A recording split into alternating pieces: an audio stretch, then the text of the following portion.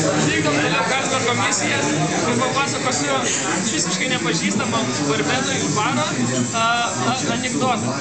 Tai va, buvo draugai, vienas draugas į kam skundėsi, sako, aš nežinau, turiu patį tingiausią gaidį pasaulyje, sako, kaip taip gali būti.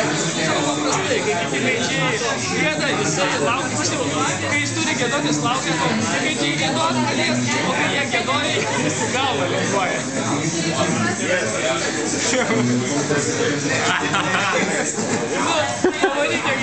Gerai, grįžta vyras iš komandiruotės namon, vaikšto išdidžiai po namus, įspūdžių žmonai pasakoja, o ten, žinai, nueini pirtis, ten tokios krūtingos merginos tau kūną ištrina, masažą padaro, smulkmena, bet kaip malonu.